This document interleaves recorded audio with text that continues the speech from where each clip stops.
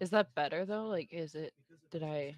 Did Yes, it? that's I good. don't hear that. And Okay. we Okay, good. are live. Awesome. Hello, everybody. Welcome to episode 3 of the Starbright podcast.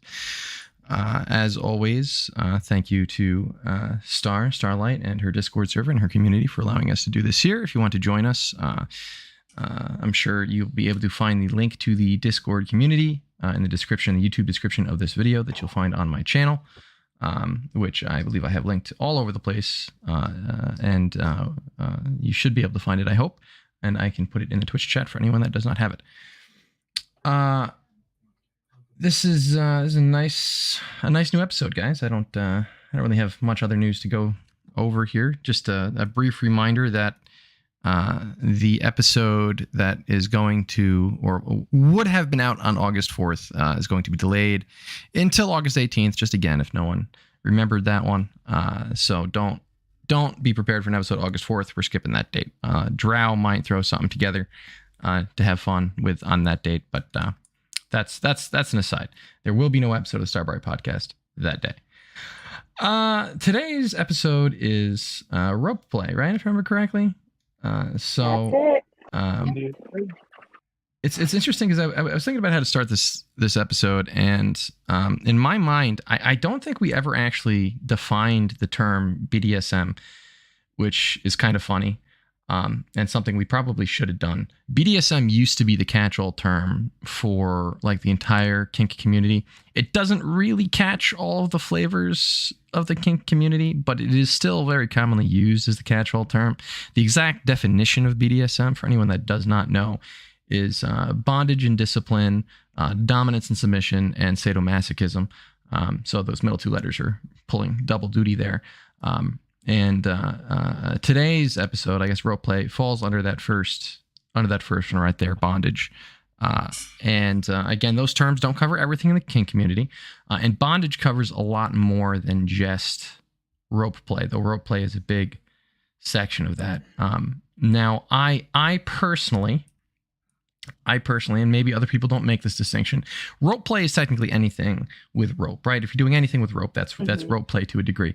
I do tend to make a slight distinction in between really basic restraints and restraint play and actual rope play, only because if you don't know what rope play is, it is using ropes on someone, and it is a very deep topic. There's a lot that goes into it, which we're going to cover some of that on today's episode. I think the most recognized version of rope play, because it is not specifically a kink / sexual thing. Well, I mean, maybe you could argue it's always a kink thing, but it's not specifically a sexual thing.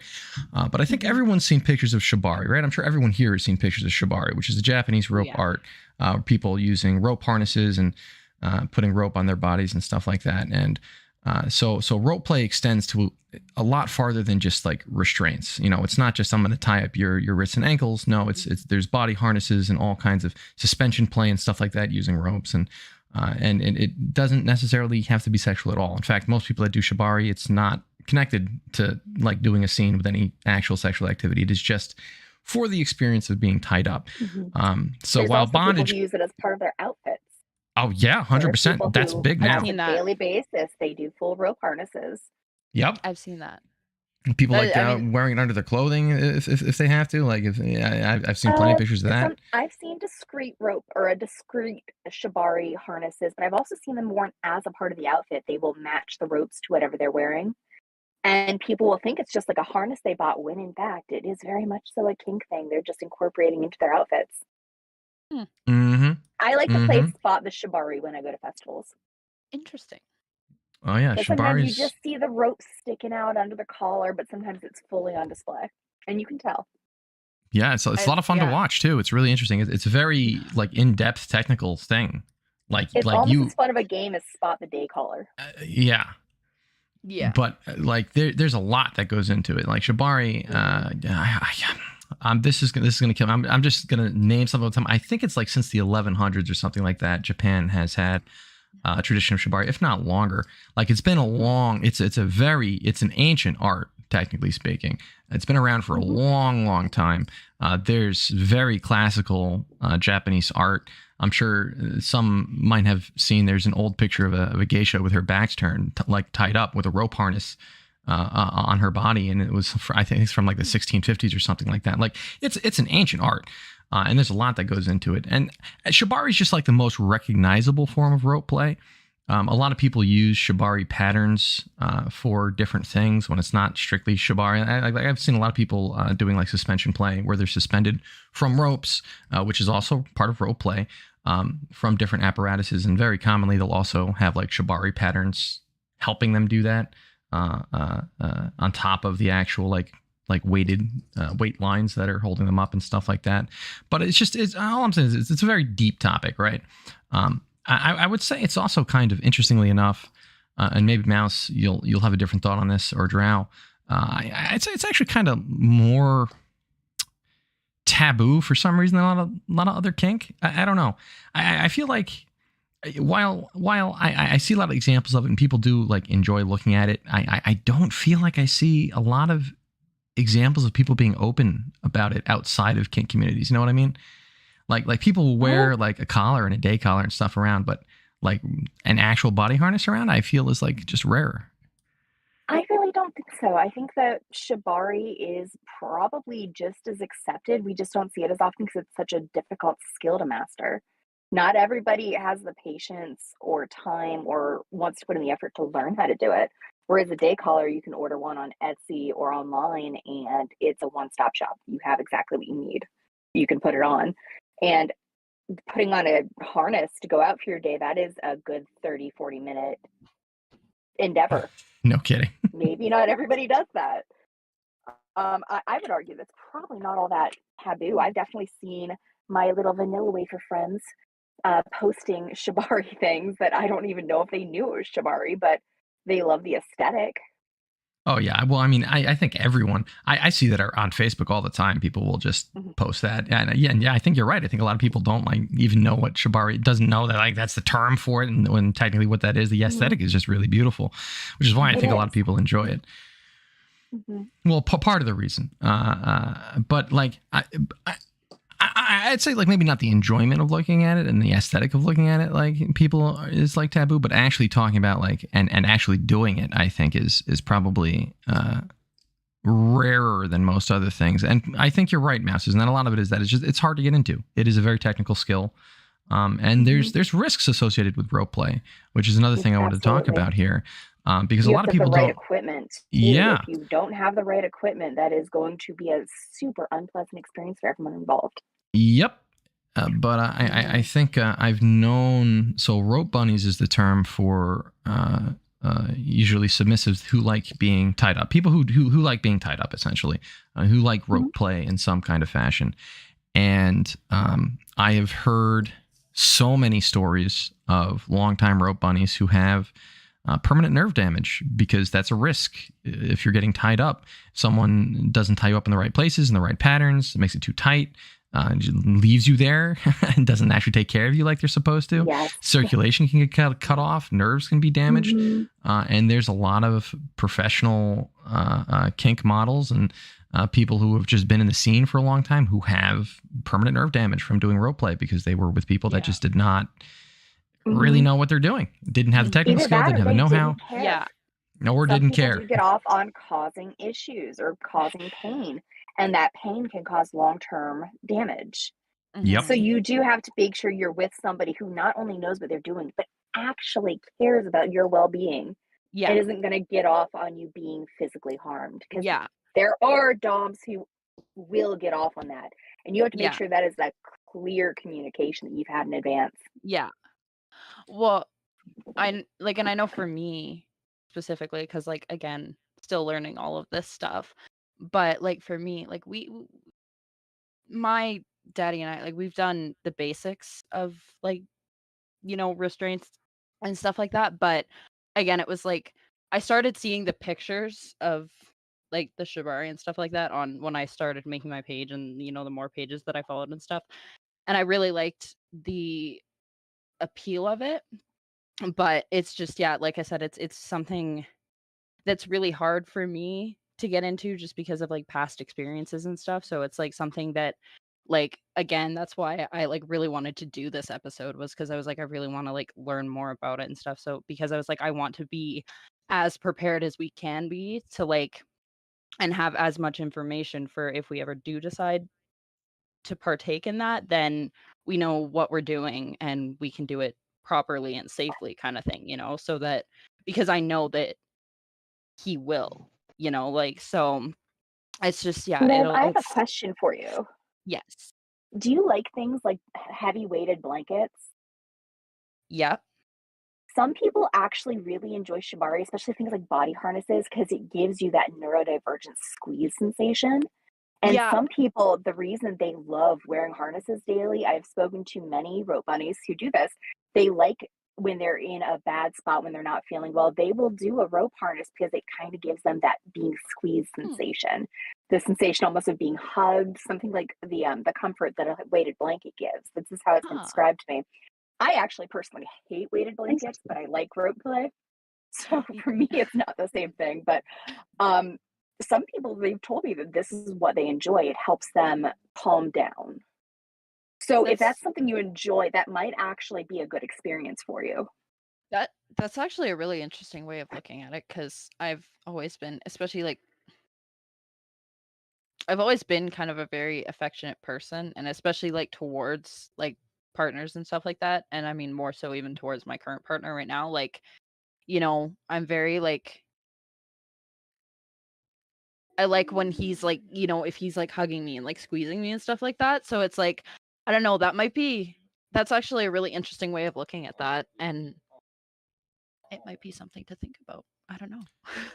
Well, Be I was, curious to I see That's if was, they really cool. try that, if that is beneficial to you, because I have Yeah. heard multiple rope buddies tell me that that is how they use it. At the end of Huh. a long, stressful day, they go home and they do a rope harness and just vibe in that for a bit because it gives them the sensation of being squeezed a little bit. well, I was, Huh. I was going to ask actually because obviously I've been like had basic restraints on before as part of fun, but I've never, I have no inclination to having like a rope around me, so I can't tell anyone or the viewers here like why someone would want to be tied up, like what's the allure. So it's interesting to me to hear that. Is that like all of the reasons why I think you Oh, guys enjoy it? no, Is no, there no, other no. things attached to it? There's definitely other things. Some people just love the experience of, being completely out of control. And The sensation of having something touching your skin, with any, impact play, people just love the feeling of things touching their skin in different ways, different sensations. So a lot of yeah. shibari, there is a blindfold involved, and they're getting these different sensations on their skin. Yeah. There is just a lot of aspects to the tactile sensations, I think. I think it is a very unique tactile sensation to play with, and some people really, really enjoy it. Mhm. Um, I'm not really sure how else to quantify it. Like, I enjoy it, but it's not something that, like, gives me the warm fuzzies like some rope buddies I've spoken to. Some people just like feeling it completely outside of their own control. They're tied in a way that they can't do anything. They're completely at that point, not just submissive, but completely reliant on their dom for the experience. And And some people, that's really what they enjoy. And for that reason, it would be a huge appeal to them, just like any other form of bondage. yeah. That And I understand. yeah.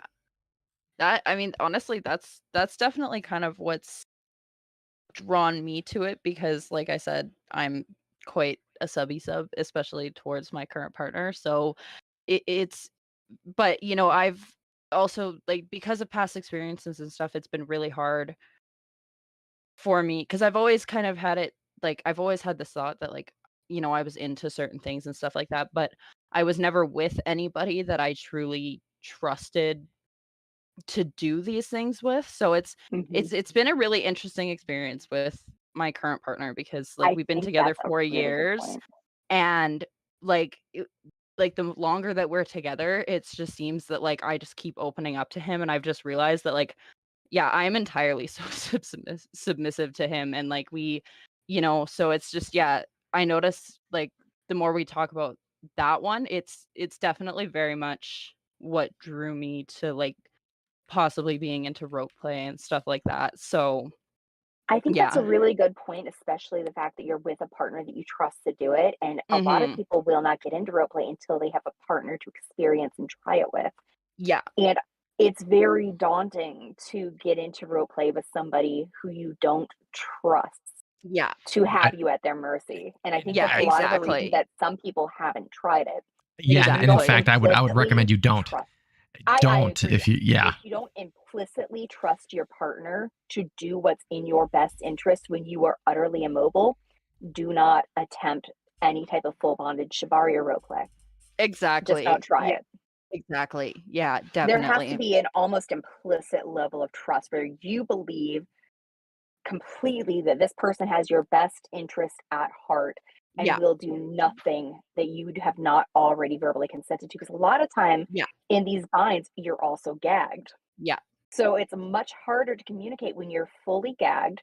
This Yeah. is where the consent issue I mentioned earlier to you guys before we started this came in. When you're fully bound, you're gagged, you're blindfolded, because a lot of this is sensory deprivation. Yeah. There is really no good way to tap out. Yeah. So you have to trust implicitly that your partner will do nothing that they don't already know Yeah. that you enjoy. Yeah. And they have to be able to recognize that even when you're not able to move, Yeah. even just from your sounds, whatever you're doing, that they're going to know if you've reached your limit.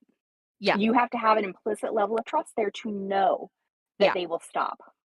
Yeah, exactly. And this is also part of the other problem of roleplay too, because like mentioned, there's a lot of hidden dangers to it too. Like even beyond trusting someone to like have your best interests at heart and being able to like know that you're rescinding consent to continue. There are hidden dangers associated with it, like we mentioned before, like nerve damage and other things. And like I highly recommend if you do want to get into role play with a partner, and like serious role play, not just like, hey, we're wearing these cuffs for restraints. I mean, you want to start doing like body harnesses and stuff like that, or like very serious restraints. Have your partner have your partner do some research, go watch some workshops. There's a lot of really great educational content out there specifically for shibari, and don't just send them off to do it by themselves. Do it with them. Yes, and remember, part of prick, take that person responsibility. 2 eyes learning that information to be able to spot something that's wrong and then fix it before something bad happens. That's great. There's nothing wrong with that. I will also mention, I think it's really important to talk about that it's not just shibari. There are much rougher bindings that can happen. There can just be in a CNC role play, if you're doing like a kidnapping scene or just a breaking and entering scene, there's a non-zero chance they will bind you with ropes. And these ropes will probably not be the nice ones. So you have to be very comfortable with this and understand that there will be rope burn. There will be bruising. There will probably be unintended consequences to the ropes, because they're not exactly likely to be doing this, especially if you're playing fighting back. You're probably not going to have very clean knots. You're probably going to have some damage to the skin. And these things need to be communicated and agreed to, that you may be walking around with rope burns and bruises on your wrists for a couple of weeks, and you have to be okay with that. And as a brat, CNC scene or not, there are sometimes ropes involved to get you to do what they want. So I mean, it's not always a planned out 45-minute ordeal getting put into a harness. Sometimes it is much rougher, and you do have to communicate the risk associated with that. There is nerve damage, but there's also rope burn. There's also rope splinters if you're using a really rough rope, and yes, that happens and they hurt. You can bleed, suspension play. You could fucking fall from the suspension. Imagine going to the ER for a broken leg. How did you fall, and why are there rope burns in them? I've heard stories where that has happened in a scene. Ooh. Now, I have had my foot broken by a partner during just regular stuff. I can't imagine going to the ER with visible rope burns and bruises and having to explain my way out of that. Having worked at a hospital for a little while, that is not even close to the weirdest things they see on a daily basis. But no, I do get what you're coming from. But also, imagine sitting there like, this was totally not a kink thing. I don't know what you're talking about. Oh, God. It's the same argument. Oh, I fell and the lampshade went up my rectum. My bad. Same argument. Yeah. How'd that get up there? Perfectly on the Barbie doll. Yeah, I don't know. Exactly. Oh, God. And as a side note, if you're listening to this and you don't currently have a partner, you don't need one strictly for rope play. There's in a lot of places. This is exactly what I was talking about. There the are rope harnesses. there are a lot of places that will do workshops and scenes and events specifically around rope play. Nothing sexual, again, necessarily associated with them. And there's a lot of like munches and demonstrations that local kink communities will put on. There's events where you can just go and volunteer to be tied up, and maybe, you know, usually there's professionals presenting there, people who have done it for years. And you can tie it up for 10, 15 minutes, see how you like it, see how you feel, see if you want to know more about it, see if you want to be tied up again. And you could also just buy some rope and do a self-tie. You can. Self-tying is a thing. I was about to bring that up. Yeah. I have a hot pink rope I want to try a self-tie with actually later this week. I just got it. So yeah, I love self-ties. I love self-ties. I think that they're fun. It's something to do when you're bored. It gives you something to do. It's, you know, just I wouldn't say a mindless activity, but it is something that can be decompressing for some people because you do have to follow instructions. It's like building a little craft on your body. Yeah, and some people do find it very, very comforting. I was telling that story earlier. There are people who do it and they feel like it's just a body hug. I don't personally get that sensation, but some people apparently really enjoy it. The more that you explain it that way, I feel like that's another big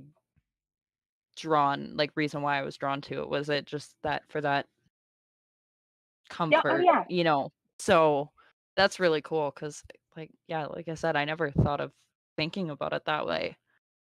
You know, I hadn't actually either until I heard it from not just one, but several rope bunnies in a pretty quick succession. It came up in a conversation and I hadn't actually considered it. But once I thought about it, I'm like, you know, that makes a lot of sense. I've said before, and I'll say it again, I feel like in the kink community, the Venn diagram of kink and neurodivergence is basically a circle. And neurodivergent folks, what do they love? Weighted blankets. Makes perfect sense to me. Yeah. I have zero issues with this.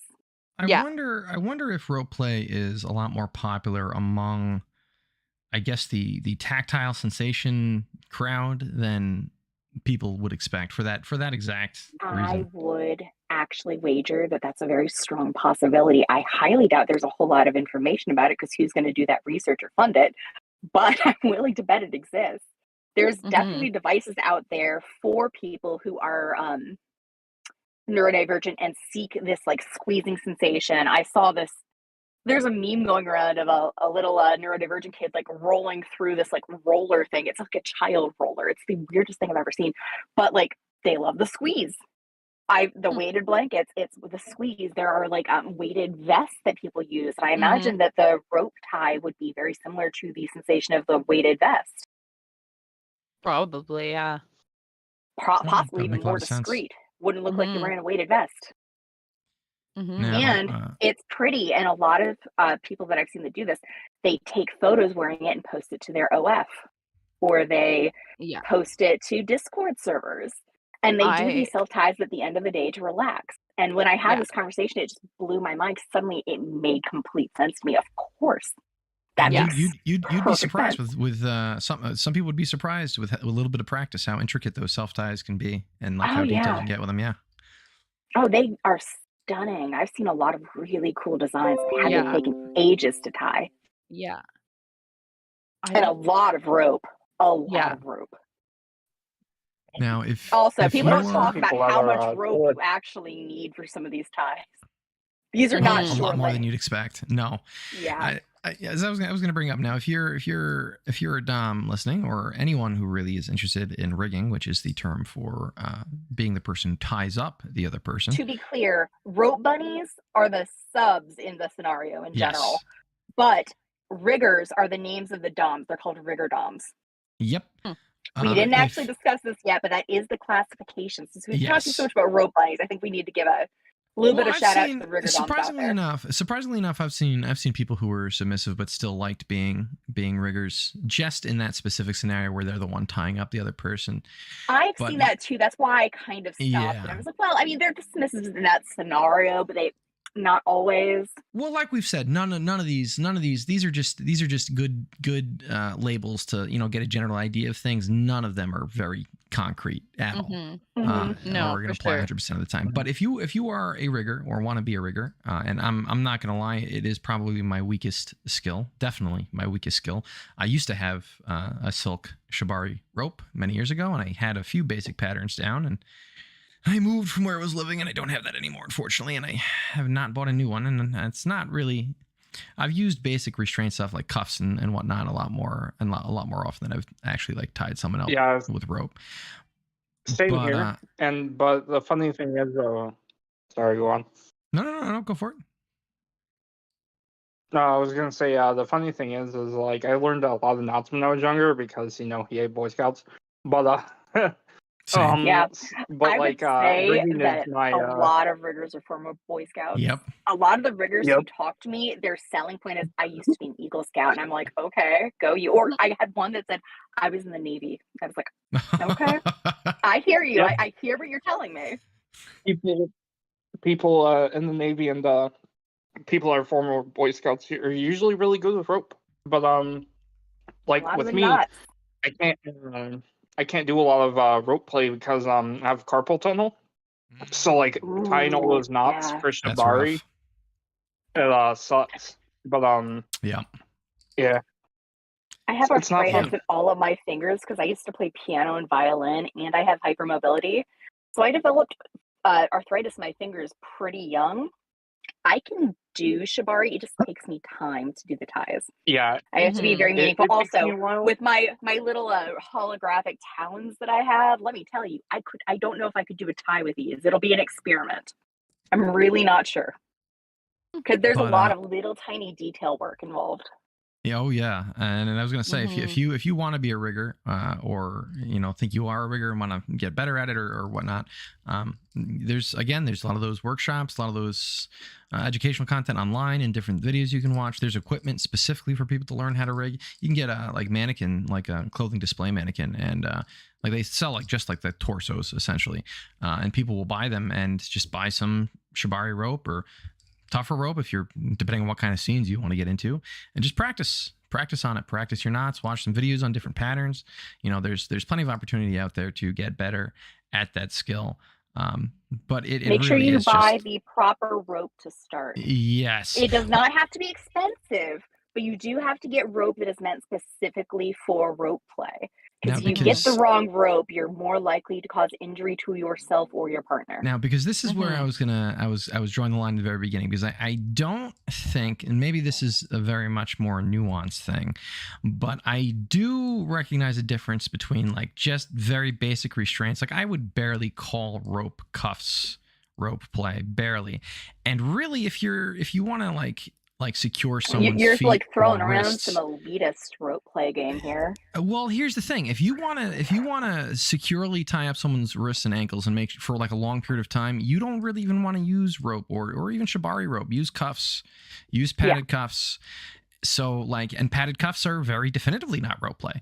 So I think there is, and yeah, maybe it does sound elitist. I don't know, but I do think feel there like is if you're getting into difference. like hog ties or something, you're definitely in the realm of rope play. I think for sure. certain ties for the wrists and for the ankles, they're very much rope play. I actually even just immobilizing somebody like a brat who's misbehaving, and you want to stop them from misbehaving. I have had my arms tied behind my back in a certain way.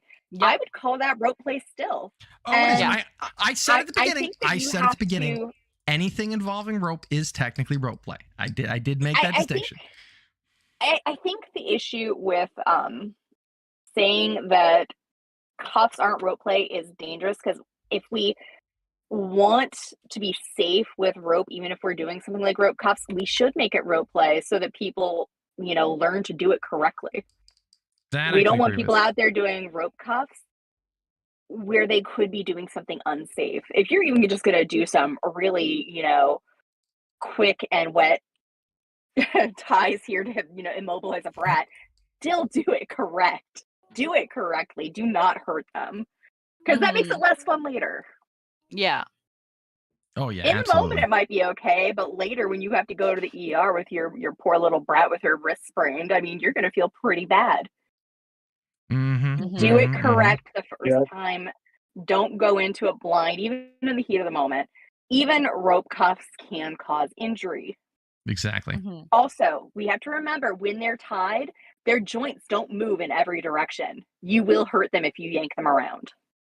Mm-hmm. Also be aware when it comes to the hidden dangers of rope play too, like because there is the potential to cut off circulation and stuff. Again, this comes down to health issues too. Make sure your person doesn't have circulation and blood issues, low Heart blood issues pressure, where they can't freaking have clotting their issues. All that stuff can be a problem when it comes to rope play, because then you're Make sure restricting your rope subject is not epileptic either, because they may not be able to communicate to you if they're having Yep. issues. You need to be apprised before any scene, really. You need to be apprised of all potential medical outcomes that could occur. Do they have any prior known conditions? You should be onboarding them like they're about to go on a skydive. You have to know all of their medical You really information. should. You really like if should. you're not ready to go on a skydive with this person, you are not ready to enter a scene with this person. Like I don't think we've discussed this enough in the consent episode. You really have to know each other's medical information. Does your sub have back issues? Does your dom have back issues? Are they qualified to be throwing you over their shoulder? I know that might be your thing, but if they have a bad back, maybe try something else. You really need to have an intimate knowledge of the medical conditions of the person that you're working with. Mm-hmm. I don't remember your scene coworker. I don't remember whether I ever spoke about this. I might have mentioned it in the first episode, but I have this analogy for kink in relation to cooking that I think is really, really good, where education about kink, and experience is nice. Experience is always nice, but education is really the foundation here. Is like knowing what ingredients you have available to cook a meal, to make whatever meals you want, right? And if you don't know what ingredients you have available to you, you're not going to know what to cook, how to cook it, et cetera, et cetera. And experience cooking is great, but really you need knowledge. And that's one of the foundations, I think, is education. Secondly is honest communication, because if you're not communicating what you really want, or they're not communicating what they really want, well, you can't complain if the chef is going to make you something, that what you asked for, if what you asked for isn't what you wanted. If you tell me you want mac and cheese and I make you mac and cheese and you didn't want mac and cheese, that's not on me. I made you mac and cheese. That's what you asked for. You have to be honest with that communication. And then the third pillar, so education, communication, the third pillar to me is boundaries. Which is like telling the chef what you're allergic to, and this is exactly that. If you have health issues, if you have something that triggers you, if you have something anything that's going to make something in the scene a risk, you have to communicate that, just like you would at a restaurant. If you have like a peanut allergy, you have to tell your chef, hey, I have a peanut allergy. Don't serve me something that's made with peanuts. And it's the same thing when it comes to kink and scene. If you have a problem with, I know I've met plenty of people that have the threat of physical violence, like the mere thought that it might happen in the presence of it. Like if you like raised a hand above your head really fast, can trigger people. And if that's a trigger for you, that would be something you would tell your partner immediately. I'm allergic to that. I can't have that. That's peanuts to me.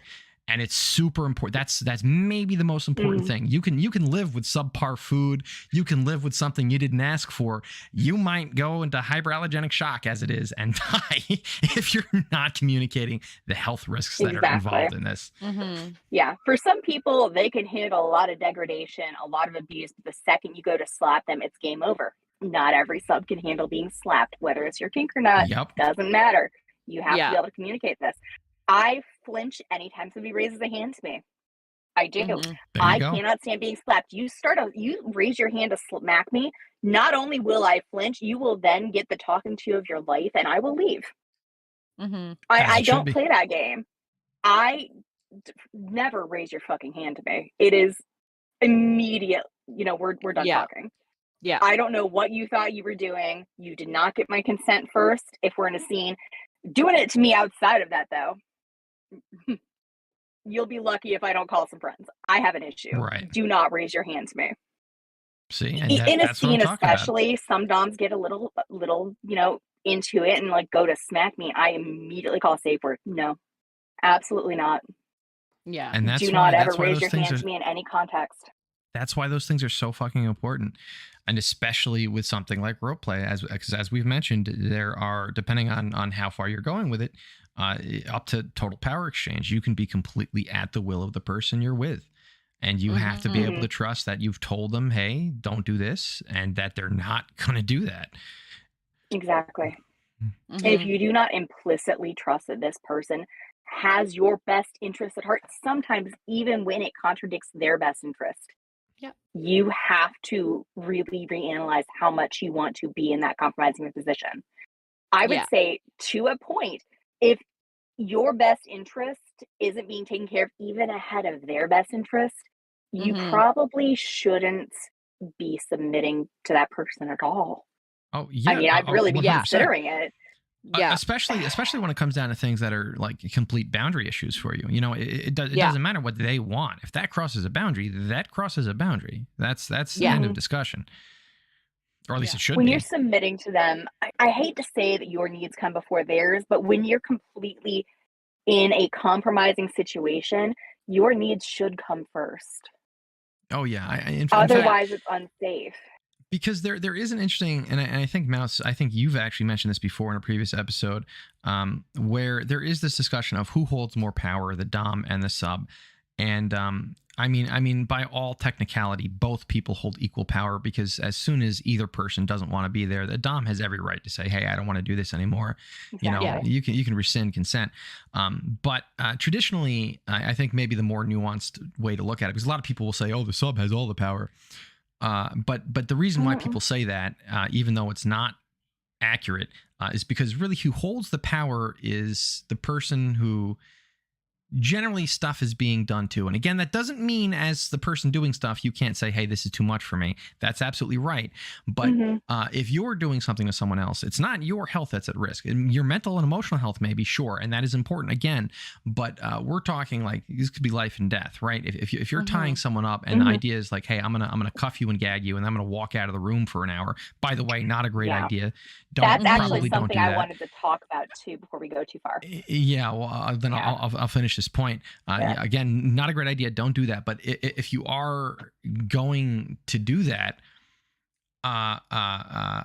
you just you have to be so fucking careful. I don't know a good way to put this, but I would put it this way. Learn to do slip knots that your sub can get out of if you're going to do that. They need to be able to escape if they're not comfortable. If you're not there for them to safe word or for them to indicate they're no longer okay, they need to be able to escape. I had somebody who I know tell me this horror story where their dom took a call and left them tied. They didn't know how long they were going to be gone. They were scared, they were upset, and they weren't able to get the ties done themselves. And they finally got free, and their dom came back, and there was a huge fight because, like, why would you do that to me? Why would you do that to me? That's a violation of my boundaries. I was scared. And these are things that can happen. I know you think you're leaving for 2 minutes, but what if you're gone for 10 and your sub doesn't know when you're coming back? Yep. Yeah. That's scary. That's horrifying. What if you got hit by a car and you're not coming back? Are they going to be tied there for, 8 hours until somebody checks the room? You have to communicate these things. And I would argue strongly, if you have any intent to leave the premises, room, whatever, when somebody is tied, you have to give them an emergency out. Yeah, Learn how to make knots that can be undone by your sub by themselves. Yeah. Make sure they know how to undo these ties. If you're going to leave somebody by themselves for any length of time, you need to figure out a way to make it accessible for them to get out on their own so they do not have this sense of terror and boundaries being crossed. And actually, I think that leads me to my next point here, is because, there are, as we kind of mentioned, there are nuances as to like the purposes of rope play. Some people just like the aesthetics of it. Some people like the way that it looks. Some people, I guess, like that tactile sensation, that feel of a gentle hug. And some people are really into it for, the power exchange, whatever level of power exchange you're going for with a tie, up to complete and total. Which I would say maybe some people are, oh, you guys are harping on, the consent and safety and stuff like that. There's a reason for that. Total power exchange. We have not done an episode on that yet. I'm sure we will in the future. I really think we need to. That's a big one. Yeah. Well, power exchange as a whole is a big part of the dominance and submission aspect of BDSM. And essentially, just to give a very brief definition, this is not the topic of today's episode. Power exchange is basically the exchange of power, essentially one person giving up their power in different things. Could be, just what food they like to eat, or it could be just their role in a scene, for example. It could be giving up rules, wanting discipline, even up to some people are into total power exchange. They don't want to make any decisions. They want to brain off, as it were, and have their dominant make every decision for them, tell them exactly what to do. But of course, the more power you're giving up to someone else, the more dangerous and at risk you are of someone. And I don't mean this in like in a malicious, abusive way, though. Sure, that too. But I mean, someone just might not recognize things that might not be good for you, or could harm you. And the more that you give up that power, the more careful you have to be that the other person knows you well enough, knows the risks of what you're doing, knows what's dangerous to you, knows what you want. Because, if you just meet someone off the street, like, oh, you make all my decisions for me, they're going to they might feed you peanuts. Think about how many bad parents exist in the world, and imagine that's how many bad doms for TPE exactly. in the world. Because if you just think about how many children are put in compromised positions because their parents think they know what's best, but they really didn't in that scenario. The same can happen with any power exchange relationship. You're putting a lot of trust in that other person. And a lot of people who have issues with trust with their parents have trouble with TPE. Or they may fully embrace TPE because, it could go the other extreme. But a lot of the people I know who just cannot handle TPE, they have such severe trust issues. They can't trust anybody enough to give that much power away.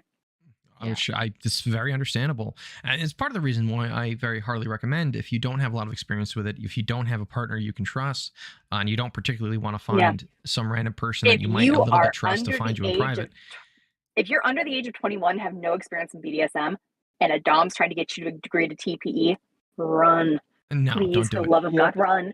You do not have the experience. You do not have the maturity. And, I'm not saying anything mean, but you really don't have the maturity to know that this is such a dangerous situation. And they are preying on your weakness and your lack of knowledge on the topic. Please, please be careful. And also, if you don't have a partner you can trust with this, if you're new to it, don't have the experience, and you don't want to just find a random person who you might be able to trust to go tie you up to whatever degree you like in private. Again, this is one of the reasons I actually recommend some. If you look around communities, local communities, there's usually every once in a while there'll be a big event, a lot of people there, and you can get tied up publicly. And it's a very good fail-safe because you can ensure that there's people around, and it's not just you stuck with someone you don't know in private. Again, it can be completely non-sexual. In fact, many demonstrations of rope play usually are, depending on the event. And you can get that experience with people. You can run up to someone, hey, untie me quickly. Hey, I don't want this anymore. Or, hey, this. And then someone's going to be there to be able to help you. And it's usually going to be trained professionals there. And there's a whole community of people there. And it's a good way to get into it without being like, hey, I'm in private with this one dude who I don't really know very well, and he's going to restrain me completely, Because I would say rather than even like going to a munch, because some people might have a fear of like being tied up in front of, 50 people, depending on how big the event is, it could be really overwhelming. Find a local munch, get to know the people online before you go to meet them, go to a couple of meetings before you actually agree to have a simple tie done. Munches in general will help you acclimate before they have you try anything. A good munch will not let you try anything until you're ready. A lot of them will vet you before you can even like show up and visit and attend them, because a lot of them like don't want for that exact reason. Want to know that you're coming for the right reasons, that you're not going to be a super creep, not that that's a perfect system, that you're not someone who's completely inexperienced and is going to run in and be like, hey, do the most hardcore shit to me. Like, so usually they tend to be pretty good with that typically, and it is just a great way to get involved without having to have to trust someone one-on-one. Right. And what's funny is like you can actually find people like or events like that pretty easily around like I live near Columbus, which is where the big like anime convention GlossoCon is. And they actually, a lot of people will host panels specifically for like adult themed stuff, like they had like Shibari 101 and stuff like that. So it was actually really interesting. And then there's a couple other panels like for like introductory to like how they get OnlyFans and stuff started, and it was really interesting. So I like actually accidentally found out about a munch local to me through Discord. I added an admin server and found out inadvertently that it was very local to me, and there was meetups. And I was like, wow, this is close to home. Holy crap. It's actually really cool. I didn't know that, the admin that I was following, that I joined their server, actually was that local to me, and it startled me. And I was like, oh my God. Holy crap. There's a lot more. The kink community is a lot bigger than most people realize. There's a lot more local events, even in smaller towns, than most people will realize. I live in a very small rural community, and the town I'm in right now, actually, I'm recording this in my car. The town I'm in right now, I know for sure has a munch. I've never been there because I have some concerns about some of the other people in the community that might show up, and I really wouldn't want to be there. But yeah, I mean, there are munches everywhere. I'm sure that's not even the only one, but it's the only one I know of for sure. There are munches all over the place. I'm sure there's probably one even more local to me in my rural community. I just haven't heard about it. Sometimes it is, a lot of times, word of the mouth. You know about it because you know somebody who's in the scene, and not all of them are advertised online. Mm-hmm. But if you keep your ears open, you may find out about a really cool group. And don't be afraid to like go to them when you have a partner. Bring your partner. Bring your partner. Live. Go find your local munch. Bring your partner. Meet some people. Get connected into the community. Find out who the good like riggers are in the area. Like get some education. Find out when the workshops are. Go do that. Nothing wrong with that. You may have do it together. the best double date of your life. Yep. Who knows? Yeah. Well, and like that's the thing is we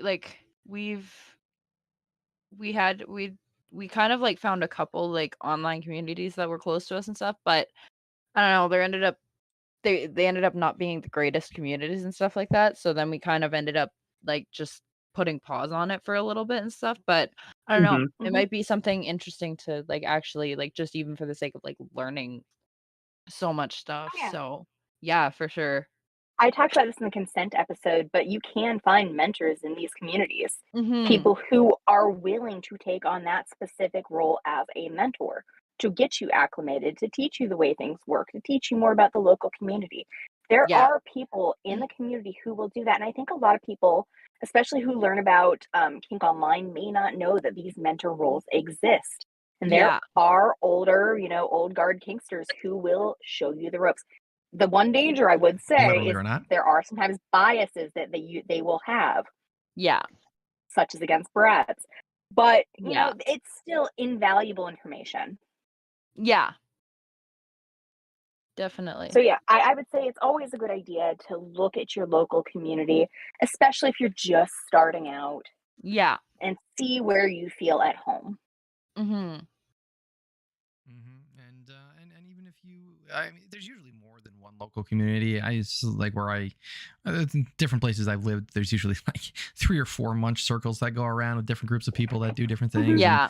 Associated with different people and and they may That's have like members who dislike each other, but there's tea in every community.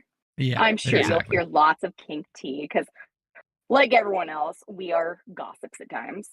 I have heard so much local tea about why certain groups don't gather together anymore. It's always fun to hear the old munch lore. I enjoy tea. It's always enjoyable to listen. Munch lore. It's great because everything we do in kink tends to be a little bit more extreme than the Nilla wafer crowd. So I feel like even our tea is a little bit more extra.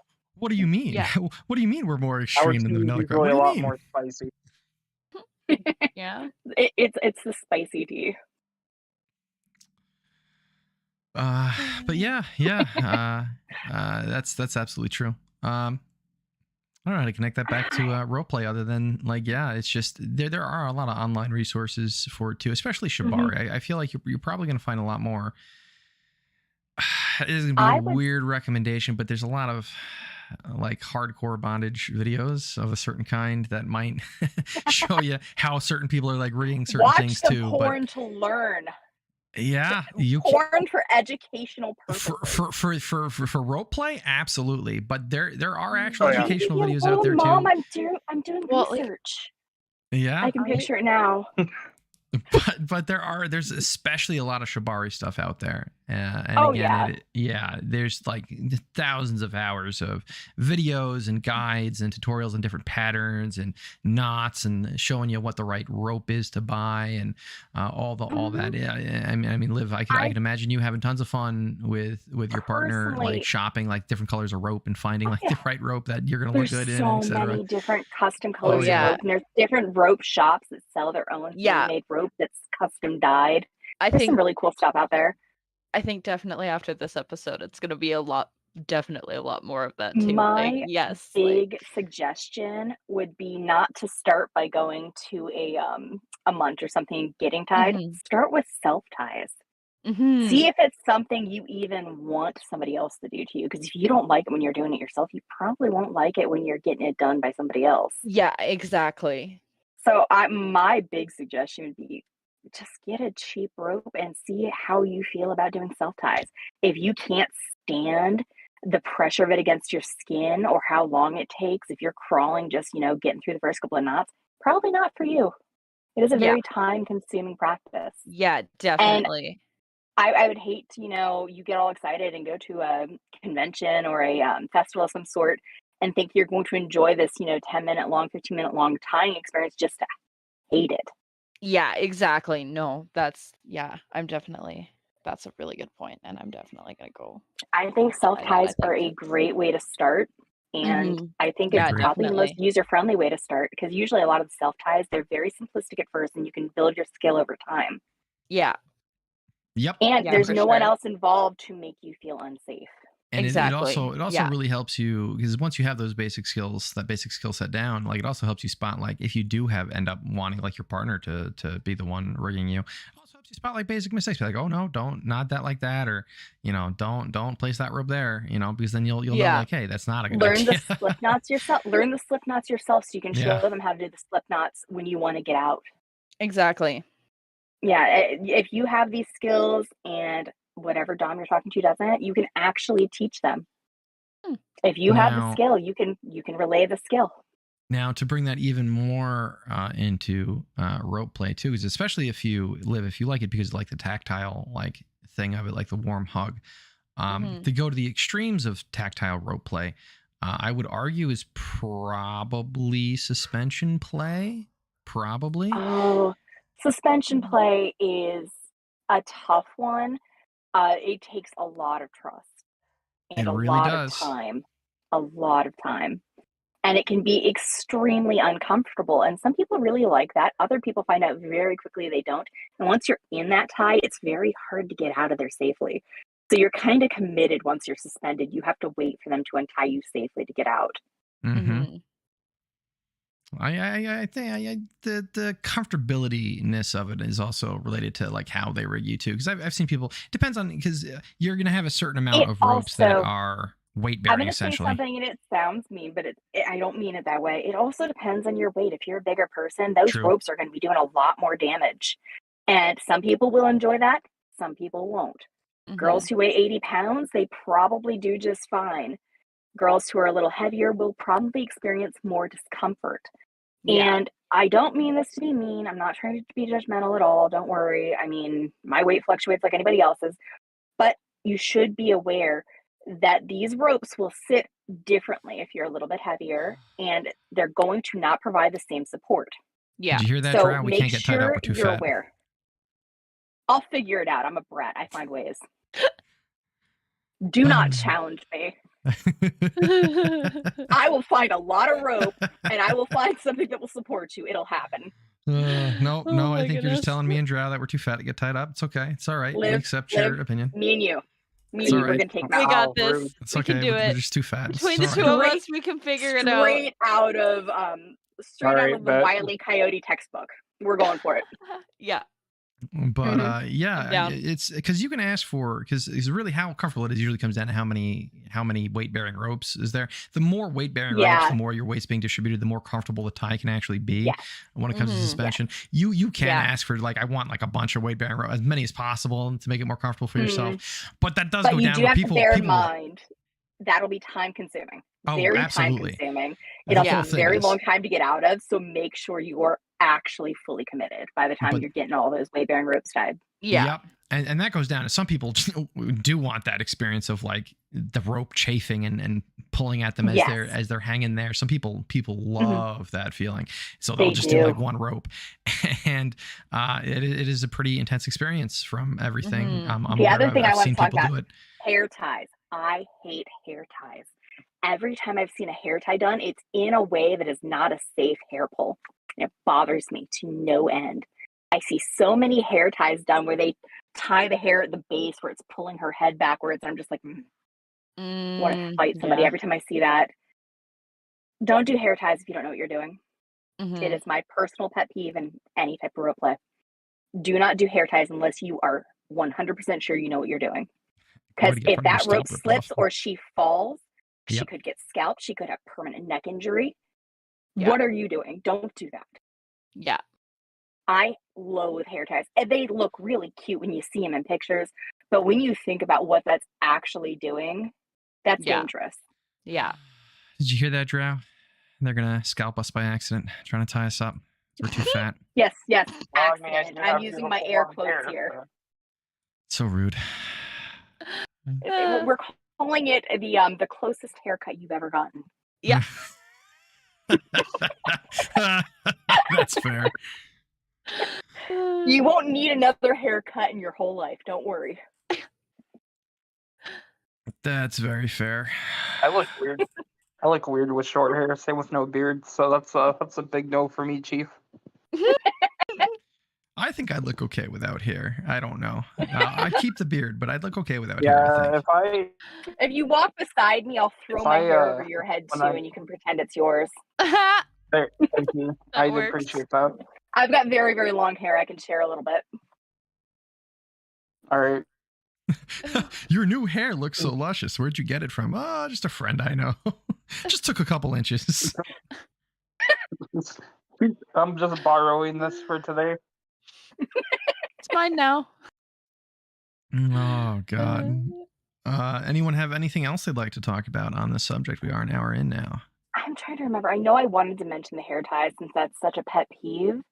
And I think we did cover my Slipknot post or point that I wanted to make because it's another personal pet peeve of mine. There's a couple of things within rope play that are deeply problematic if you think about them for a while.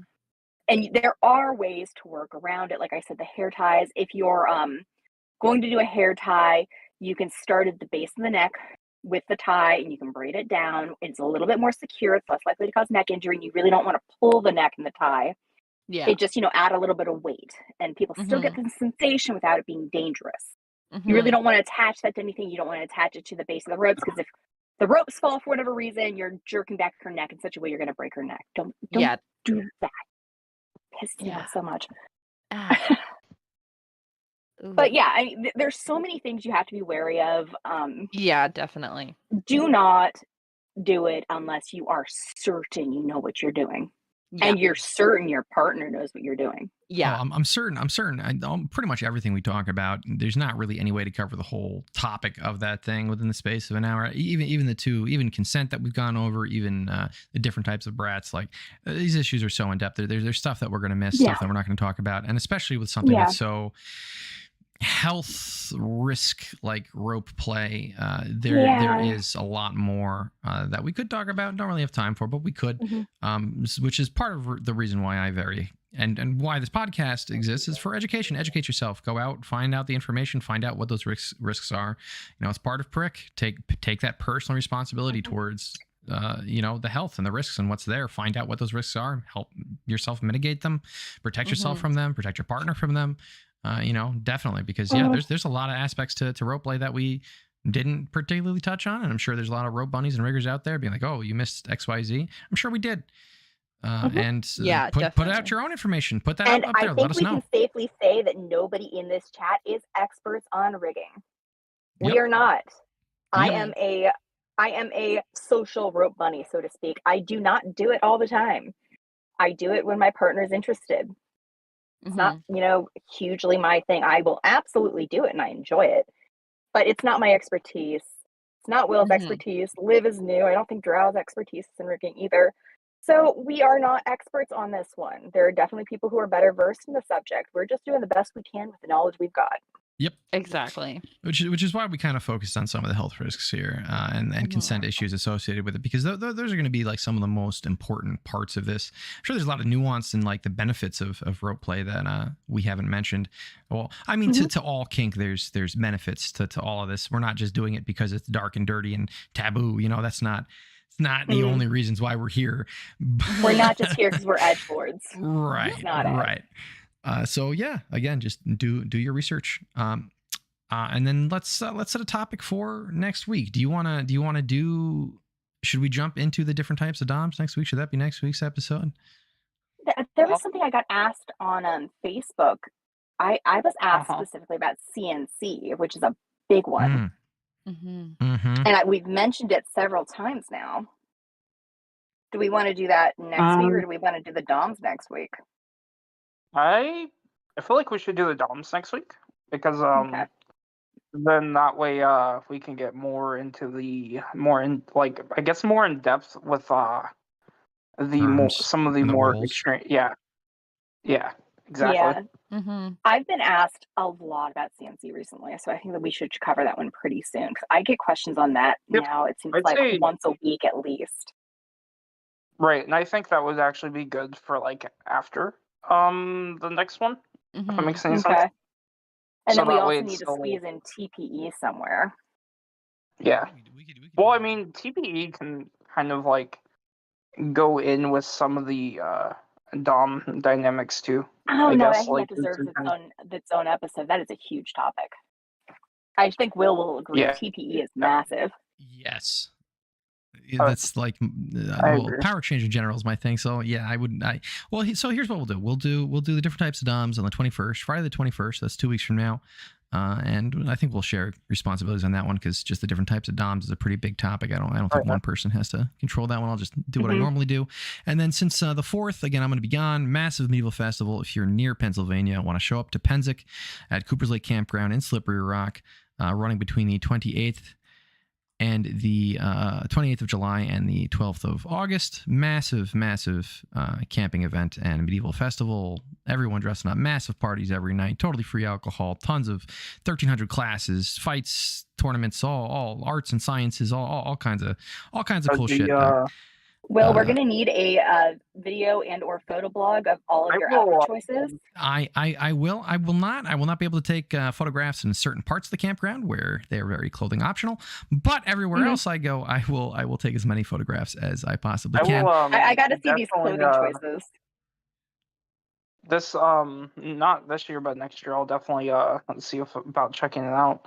Oh, absolutely. Penzic is an amazing place. The kink parties are great. The munches are great. All the normal parties are great too. The whole event is fantastic. So again, we will be skipping the episode that would be on the 4th during that event because I will not be here. And so then the episode we come back, which is going to be the 18th of August. So we have one, the 21st of July, Friday, and then the 18th of August, which is going to be directly a month after that, 4 weeks. Then we will do on that date the episode on CNC, and then maybe we'll do TPE the episode after that, if that makes sense to everybody. Okay, that works for me. Sounds good. Okay. All right, everyone. I hope you enjoy listening to this podcast. If you are watching this later on YouTube, there should be a link to the Discord in the description below, as well as this Twitch where this is being broadcast, and anything else that was pertinent. I hope you guys enjoyed. I hope you guys learned some stuff, and looking forward to the next one. Have a good night, everyone.